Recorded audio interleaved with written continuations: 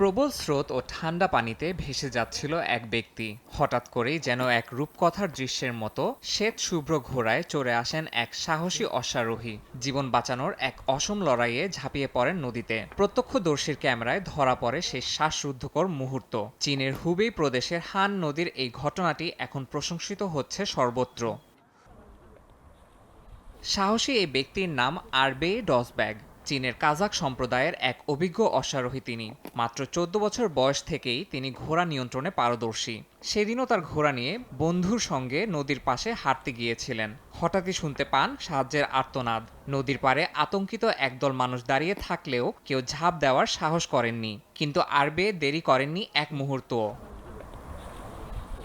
শুধু আরবি একা নন, এই দুর্ধর্ষ উদ্ধার অভিযানে সঙ্গে ছিলেন তার সাহসী ঘোড়া। নাম তার বাইলং, যার অর্থ হোয়াইট ড্রাগন। প্রচণ্ড ঠান্ডা ও স্রোতের মধ্যেও সামান্য বিচলিত হয়নি ঘোড়াটি। জীবনে কখনো শীতে সাঁতার কাটেনি বলে জানায় তার মনিব। তবুও তার আত্মবিশ্বাস ছিল প্রবল। একসঙ্গে মৃত্যুর মুখ থেকে ফিরিয়ে আনেন সেই ডুবন্ত ব্যক্তিকে।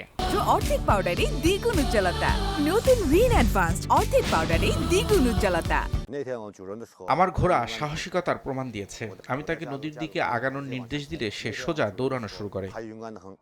দ্রুতই তাদের এই বীরত্বের ভিডিও ছড়িয়ে পড়ে সামাজিক মাধ্যমে। অশ্বারোহী ও ঘোড়া যুগলের সাহসিকতার প্রশংসা করেছেন অনেকে। সাহস, মানবতা ও দ্রুত সিদ্ধান্ত নেওয়ার দক্ষতার এক অনন্য উদাহরণ তৈরি করেছেন আরবে ও তার শ্বেতবর্ণ ঘোড়া বাইলং। স্থানীয়রা একে দেখছেন রূপকথার এক জীবন্ত প্রতিচ্ছবি হিসেবে।